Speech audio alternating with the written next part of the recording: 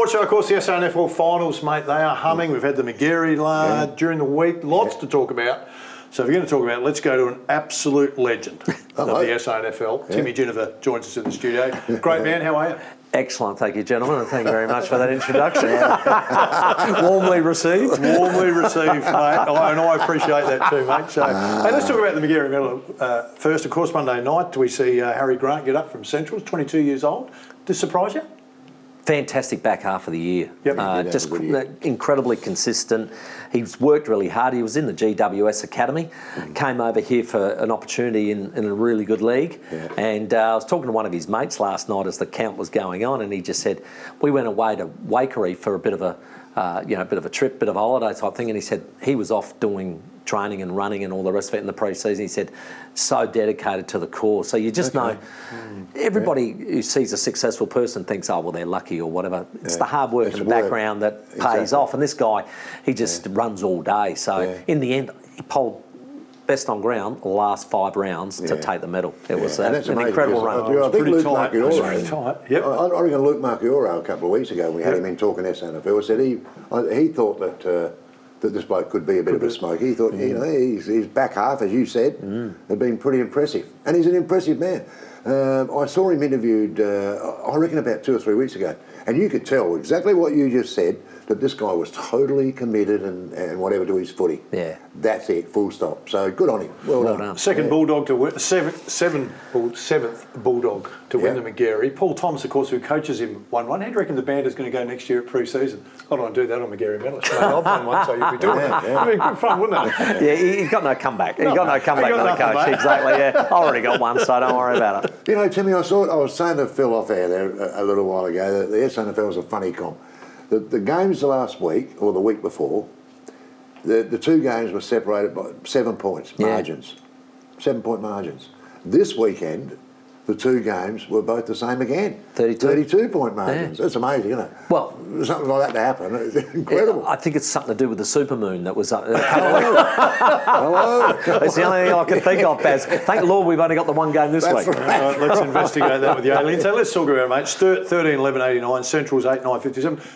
It's been a pretty good year for Centrals, but Sturt have done a great job because they blooded those young kids about 3 years ago. Marty Matten, bit the bullet and said, let's put some faith in the young kids, and they're starting to see some unbelievable reward for them. Yeah, look, it was a gutsy win because pre-game they had 5 good names out, and you're going, wow, that's a lot to cover, including their main ruckman, their main defender in Will Kumblis, and you're sort of going, can they cover that? And the doggies have been fighting and scratching and biting and winning. What I think got the dogs in the end was, I think they've played 5 elimination finals. Trying to make the finals, they had to beat North, they had to beat Port, and they did it all by very small margins, used up a lot of energy physically, but also mentally. So I think in the end, it just got them in a superior, probably, experience of Sturt, just got over the top. I thought Battersby in particular was really good in the middle for Sturt. Tom Lewis lifted again. Faye Sparks, who did the whole ruck work himself, did a fantastic job. So I thought that was probably the difference in the 2 sides. It'll give Sturt confidence too going into playing against Adelaide, because Adelaide have got him in the last 2 games by outscoring him in the last quarter.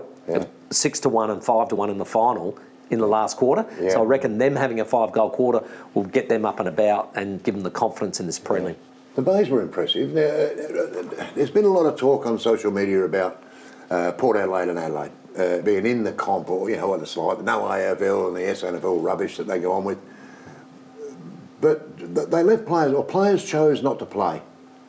Krause chose not to play. Scott Lysette was taken off at 3/4 time, and supporters are looking at that going, hang on, you don't care about the SANFL by doing that.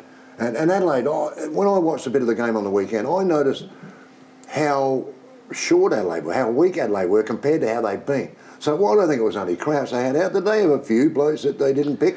I think more so it's just those guys that didn't qualify as well. So Ned McHenry is a great example who played quite a bit in the SANFL but didn't qualify, didn't play enough. Yeah. So a lot of those guys had to come out. The biggest out for Adelaide at the moment is Kieran Strawn. Yeah. He's the ruckman. If he comes back into that lineup, they're a lot better looking team. Injured? Don't worry about He's that. He's been injured, got a damaged wrist, but there's some talk he'll come back for this prelim. That'll make it very interesting. I think Adelaide are hell-bent on winning it. As a club, they've got their head down and bum up. They want to win it. Well, the Bays had, I think, 19 inside 50s in that third quarter. That's got to be alarming. That's alarming to Adelaide because they got belted in that quarter. Yeah, it came out the middle, and that would change if you got Kieran Strawn. If Strawn plays, do you know the extent of his injury? Well, they do believe he'll play this week, so that's the mail. So he'll be back, Important, aren't they? Good big man. Oh, yeah. Well, not as important as the Rover in the old days, I would have thought. Tim, the Rover would have been much more important than the big man when he made You're a very wise man, Phil. Hey, mate, let's talk about the prelim final. Sturt up against the Crows. They met 2 weeks ago, and you mentioned that, mate. Of course, Crows got them by 7 points. We've touched on the fact that, a couple of adjustments for Crows players coming in. Can it go down to the wire, or is it going to be a blowout? No, I think it can go down to the wire. I think Sturt are rejuvenated by that victory. I think they want to get up for this one, and I know that probably not a lot of people want to put it out there, but I think a Glenelg Sturt grand final for the SANFL purists. The numbers would say that. And the numbers would say it'll be a ripper day. Yeah, and that's a very good point. I don't think they'd like to see Adelaide. I mean, it could have been Adelaide, Port Adelaide. That would have been terrific for the SANFL. But it is a funny one, isn't it? This no AFL in the SANFL because most of the clubs are full of them, ex-AFL players and blokes that have just come off a list. And we just mentioned one, the McGarry medalist in the Giants Academy. So they're all AFL players. I mean, if we took the AFL out of your team, you may not have a team. That's what I'm saying. So, good on Adelaide. I hope they, I don't hope they win because I'm not an Adelaide supporter. But, if they're serious about winning, then go for it. Good on them. It just looked to me on the weekend, mate, that they were, with Crouch saying, no, he's going to go on the end of season trip with his mates. He might be injured, though. No, he's not injured, Phil. Banged up, but not injured, mate. Yeah. Not injured. Don't you come the uncooked crumpet with me. I think you ought to talk to the players before you find out. Do you want me to go? Yeah. No, in fact, if you could just mediate, that'd be pretty handy, mate. But I reckon there's the other part of that, and I get all that, what you're saying, but I think it's also the passion of the Sturt supporters or the Glenelg supporters.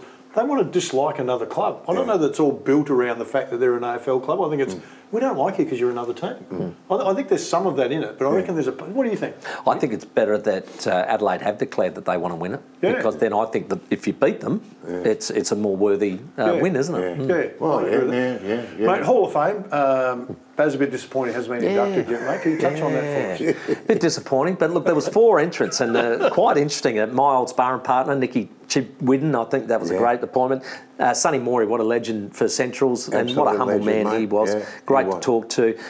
We also had a guy who started the South Adelaide Football Club. He was also the Premier of South Australia. This is way back in 1876. Was he there? He was a bit of a character. He wasn't there. Oh, okay, wasn't there? But his great nephew was, who was 91. You joke. And interviewed him, and he actually said that he had a bit of a disagreement with another politician. So challenged him to a duel in Victoria Square with pistols. Really? Yeah, he got arrested for it. I said, is that how you used to work out policy back then, was it? And the last one was Darryl Hicks, of course, Sturt champion, and then went to Centrals and really created a great work ethic out there.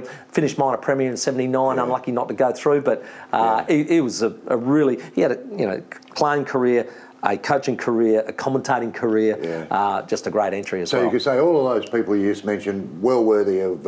absolutely worthy of being inducted into the Hall of Fame. No problem at all. I reckon Chicka's had a bit to do in bringing the South Australian past players back together too, hasn't he? There was kind of a lull. Nick spent a lot of time getting to people, and I saw a function a couple of weeks ago where they had a lot of the past players, and it was Did you go? Yeah, I did. It would have been a ripping event. Yeah, it always is, and getting blokes there for the first time's hard sometimes, and then they go, how good's this? And because there's such a massive AFL focus, it's a day where you just get to relive what was when we were kings. Absolutely. No, I couldn't agree more.